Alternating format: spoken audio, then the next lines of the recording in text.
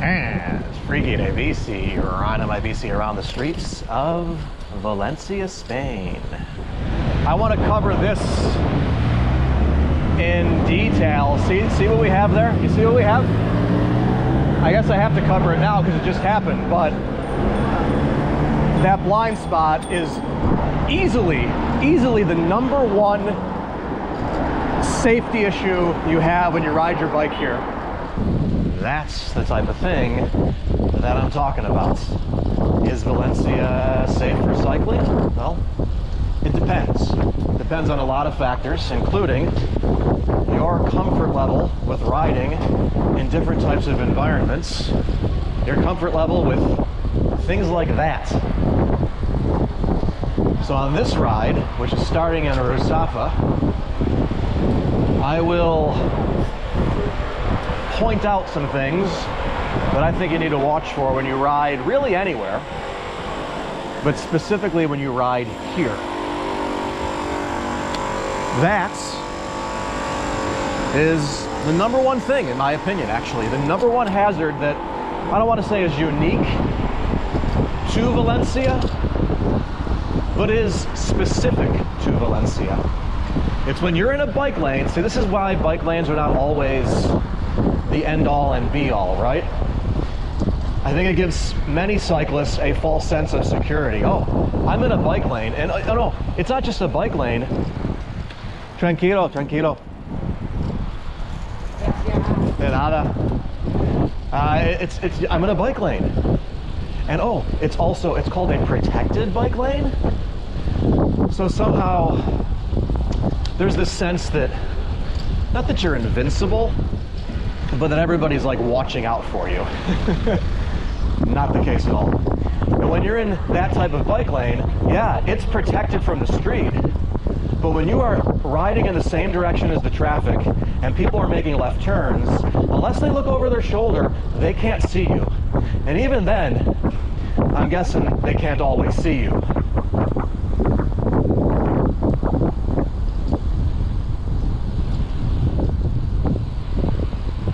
It's a blind spot, one of many that exist in those situations, which are all over the city. Now, if you're coming the other way in that bike lane, you're fine. You're coming head on with the traffic, they see you, no big deal. The key is that you have choice. Right now, I'm choosing to be in the street, comfortable being in the streets. I don't really have a destination, I'm just riding around. But if I had somewhere to go, or if I'm just riding around, I can pick and choose my routes. I could have done what I just did solely in a bike lane that, for the most part, isn't even on the street. It's up on the sidewalk.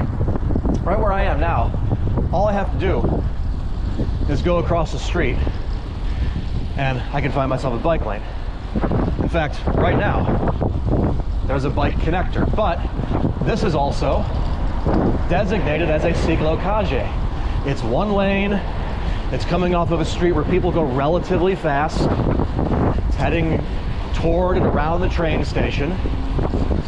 In Los Angeles, this would feel like a death march. You're on a bike, there's people right behind you, they would be bearing down on you. Here, I know they're behind me, but I also know there's a level of patience that I don't experience when I used to ride my bike in the United States.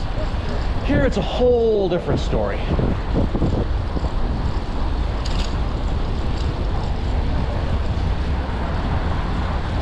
So I'm coming out of that little, oh, what do you call them? Where the traffic just shoots you out into more traffic. And I'm in it, man. I'm in the taxi lane right now. I'm riding in traffic. But I don't have to be. I don't consider this all that crazy, anything to write home about. Doesn't mean I'm not paying attention. Doesn't mean I can't get hit. Somebody decides to take the right lane, I could be screwed. Again, all depends on your level of comfort.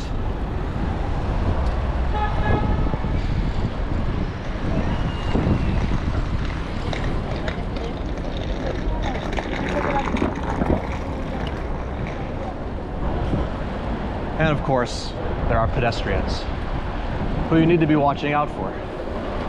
It's like a pedestrian could do a video saying, "Is it safe to be a pedestrian in Valencia?"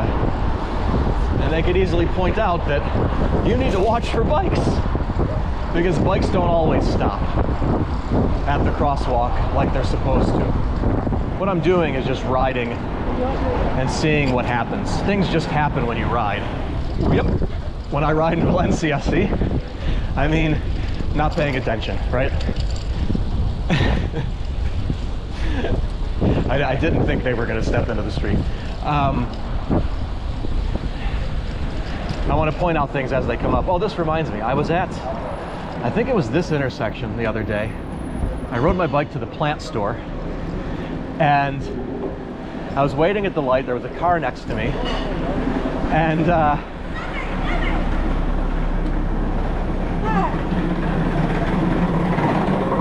I was waiting at the intersection at a red light with a car next to me, and the guy in the car rolls down his window and he asked me what brand bicycle I have. But the guy, he rolls down his window and asks me what brand my bike is. And I didn't understand him the first time in Spanish, so he had to repeat it. And then I even messed up when I told him the name, but I thought it was kind of cool because my wife has said, and I've noticed this too, that when we're out on our bikes, she often sees people walking that are stopping and they're like eyeing my bike. And it's a vintage brand. It's actually a French frame, Blondine. It's a Blondine Prestige, and it has Zeus components on it. And Zeus is a Spanish brand.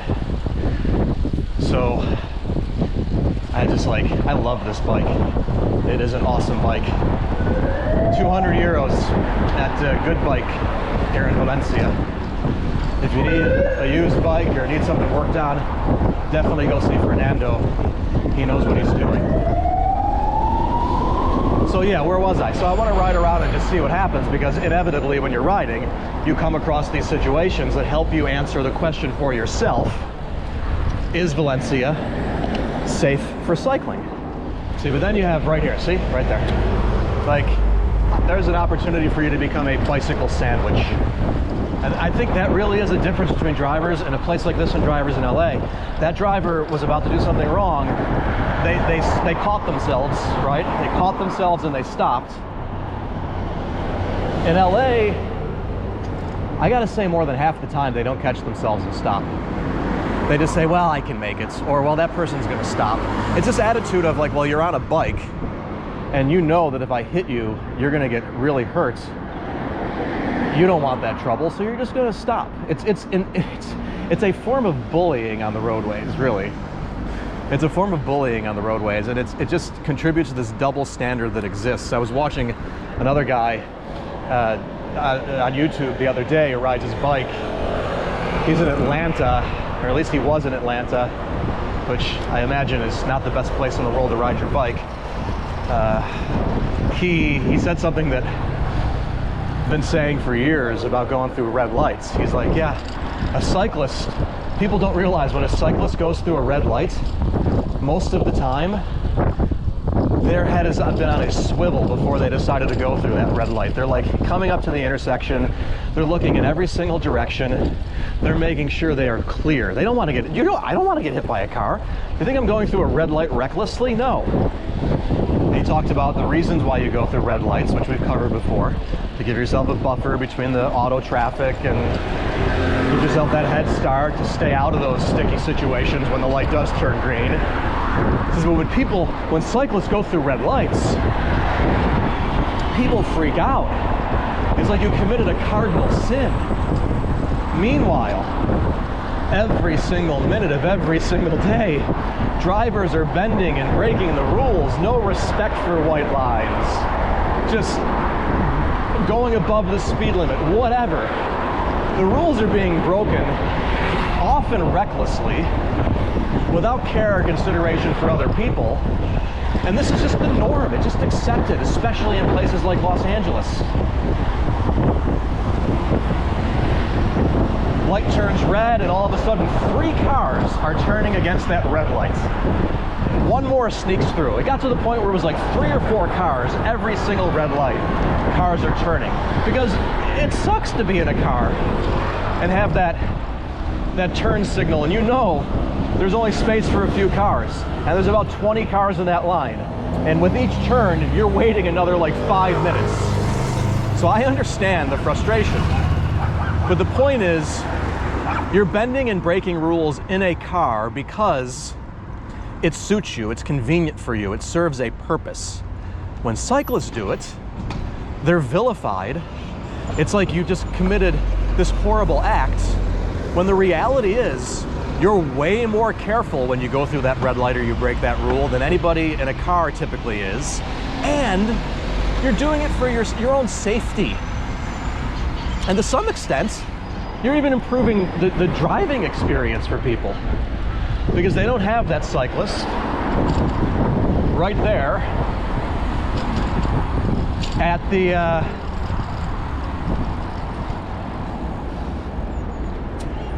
the intersection ready to take off with them. We're gonna go back the other way on the same bike lane. So when I was coming, I was against traffic. Now I'm with it. Now, I do think this is where you have to be the most cautious. I'm always listening for cars behind me, right? To see that guy, you can't see him because he's out of the frame, but there was a guy on a scooter. I could see him out of the corner of my eye, I could hear him out of the corner of my ear, and I could just tell by his pacing that he was pacing himself to let me go so that then he could go without slowing down too much.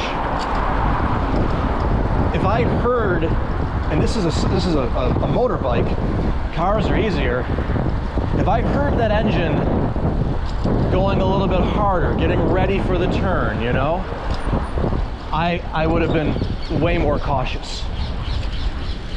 Because this is the worst situation to be in, by far. In fact, I'm even having difficulty coming up with anything else in Valencia that makes it uniquely unsafe for cycling than this. This is a protected bike lane, but you are not always protected.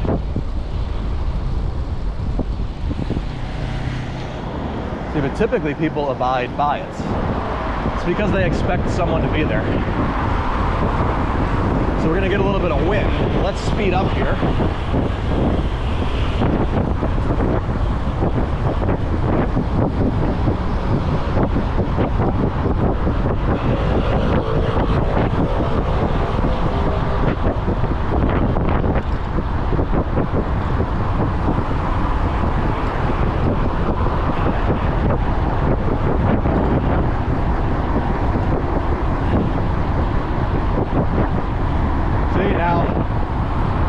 Are turning left, right? See? You see that? That red car, I think it was fine that the red car went. I mean, technically it probably should have waited. And then you saw the guy on the motorbike, because he knows he's more vulnerable than somebody in a car, right? He knows. He's letting me know that person in the red car went, but I'm not going, you're okay. Yeah, that's what I'll say in my videos as we continue to do them and we're talking about other things. I'll definitely point out situations that are dicey as they happen, things to watch out for, but really I think just the general rules apply here.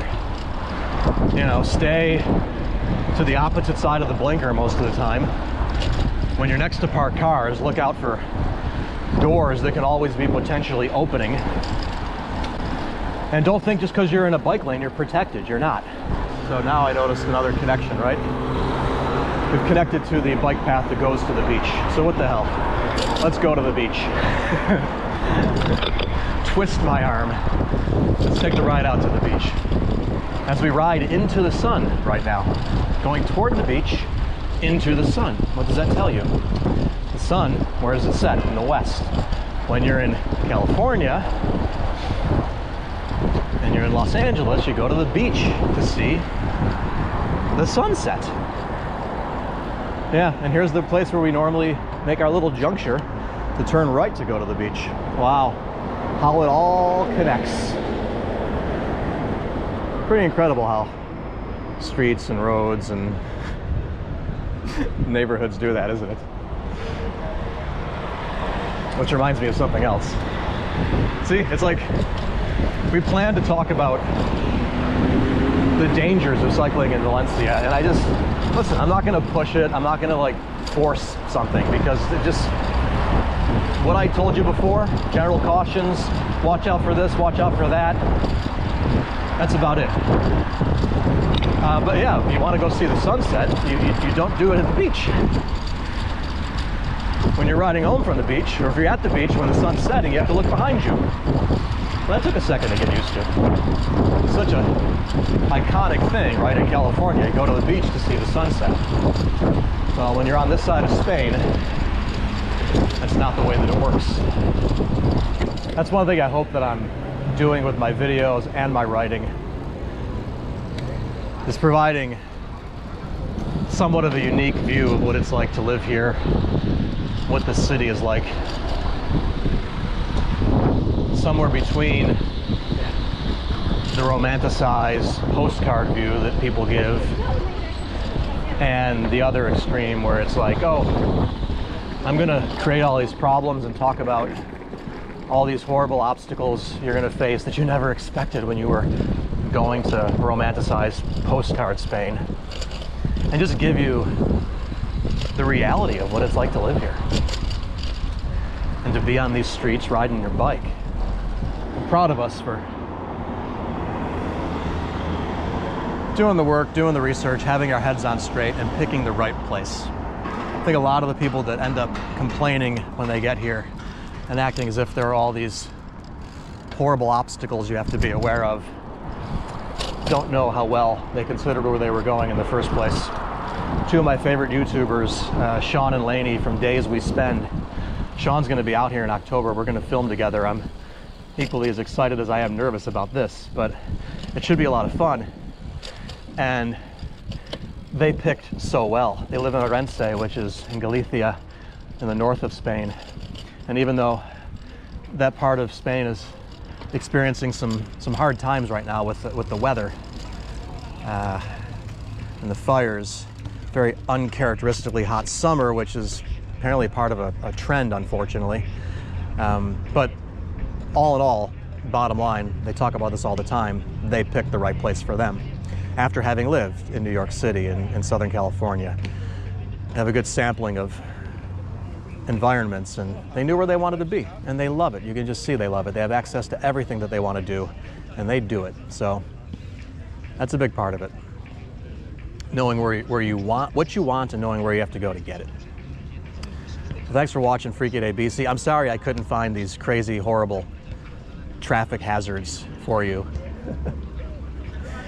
And I'm sorry I didn't give you a yes or no to the question, is Valencia safe for cycling? But I just don't roll that way. Thanks for watching. Please like and subscribe, and we'll see you soon on Friki de Bici.